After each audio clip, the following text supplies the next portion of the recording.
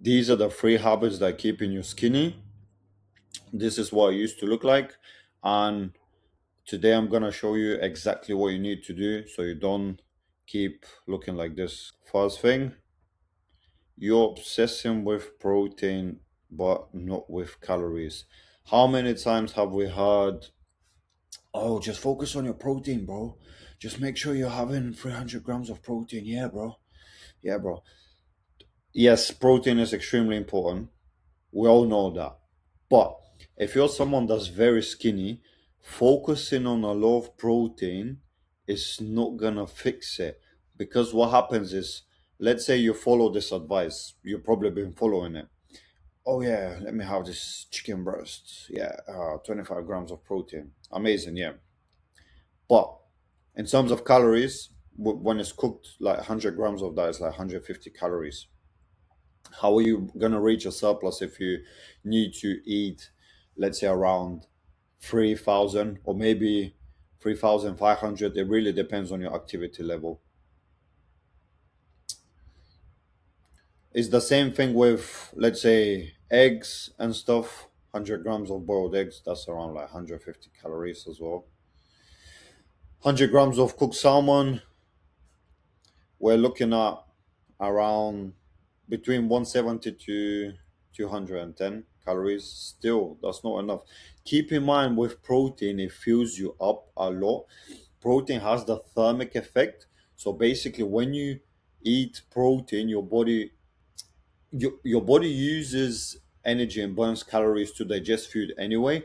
But protein, especially, is um, has high demand from the body, so your body is using extra calories to digest it. And keep in mind, when you're having those foods which are very high in protein, they keep you full, so it's very hard for you to reach the surplus if you keep consuming all these high protein foods. And what happens is, let's say you've had, okay, 300 grams of protein today. Okay, look at the calories. 1 gram of protein is 4 calories. Okay, so 1 gram of protein is 4 calories. Yeah. So what happens is, let's say you've had these 300 grams of protein, yeah, high protein. How many calories is that? 1,200. Is that gonna help you gain weight? No chance. No. That's what I used to do, and that's why I used to look like this. I used to follow the advice. Okay, so what happens is, when we focus on calorie dense foods, which are still high in protein, don't get me wrong. Let's say we're gonna choose 100 grams of nuts. Okay, let's say peanuts or whatever. Okay, in peanuts especially, your protein is per 100 grams is around the same as the chicken breast. It's around 25 grams of protein. But the difference is, if the chicken breast is 150 calories per 100 grams, the nuts are 600 calories. Do you see the difference? That's equivalent to 400 grams of chicken breast. Yeah, obviously, the if you have 600 calories of chicken breast, the protein will be way higher. Yes, that's true. But keep in mind, you won't be able to consume as much, because 400 grams of chicken breast, it'll be way more in terms of volume compared to 100 grams of nuts. 100 grams of nuts is like that much. It's not even a lot. Okay, so the difference is, like I say, 1 gram of protein is 4 calories. 1 gram of carbs is also 4 calories. Even if you're trying to have a lot of like rice and stuff like that, like chicken and rice, which is a great meal, don't get me wrong, it's gonna fill you up and it's not gonna provide you with a lot of calories. What happens is, when we go for foods which are higher in fat, and healthy fat, I'm talking about, not trans fat and saturated fat. 1 gram of fat is 9 calories. So what happens is, let's say if you have something that's 100 grams of pure protein, that's 400 calories. Let's say you consume something that's 100 grams of pure fat, that's 900 calories. Obviously, you're not going to consume something that's 100% fat, because obviously it's not healthy for you. That's common sense. Let's look at oats, for example. Oats have a decent amount of unsaturated fat as well. They have fiber, and they have complex carbs. They also have a decent amount of protein. 100 grams of oats have around 13 grams of protein. So if you have 100 grams of oats, that's around 380 to 390 calories, which is still a decent amount of calories. Do you see where I'm going here? I'm not just focusing on these foods, which are great, but I'm making sure I'm having foods which are high in calories and lower in volume. Like I said, it's way easier to have 100 grams of nuts than to have 400 grams of chicken. Okay, so that's that. I'm gonna give you a lot of different recipes and stuff that you can use. It's very simple, it's not that hard. Okay, let's go to number two.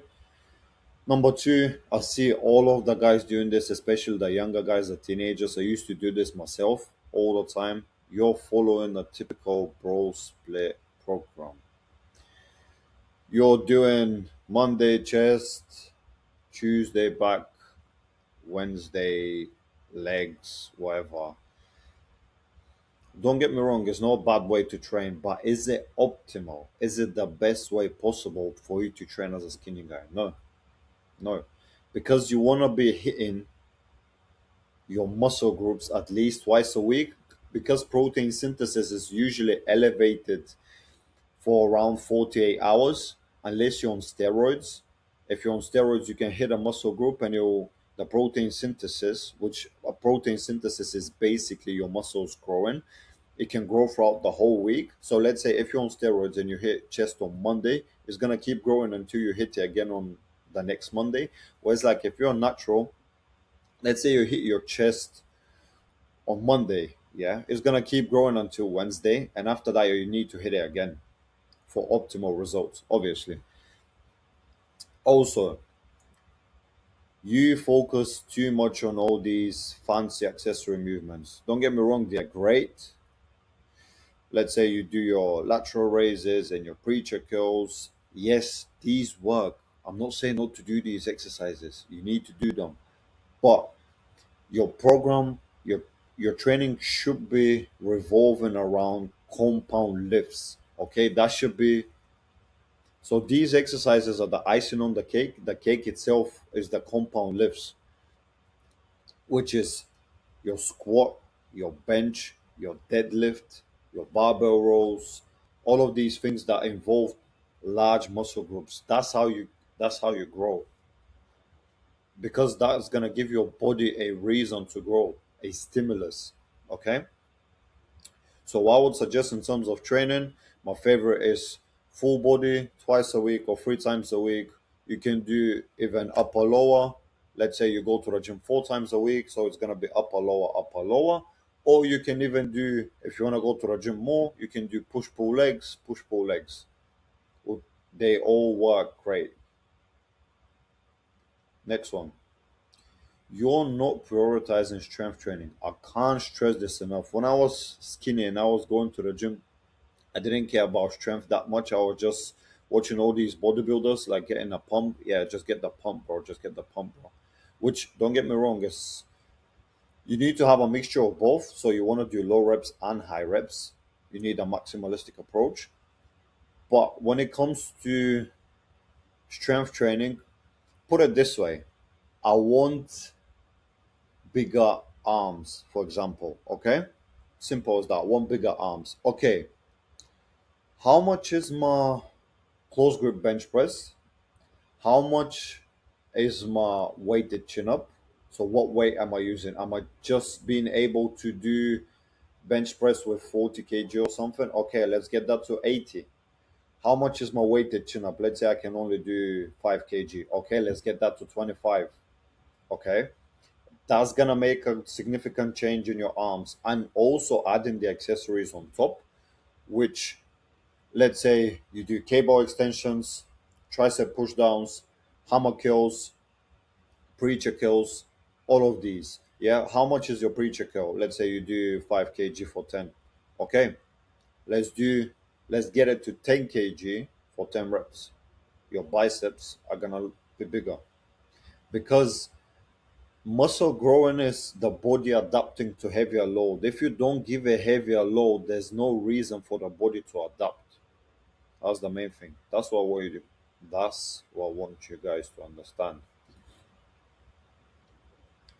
I'm gonna keep it simple. I'm not gonna yap too much. These are the main things. Like I said, focus on calories, calorie surplus. You need to be in calorie surplus daily in order for you to gain weight.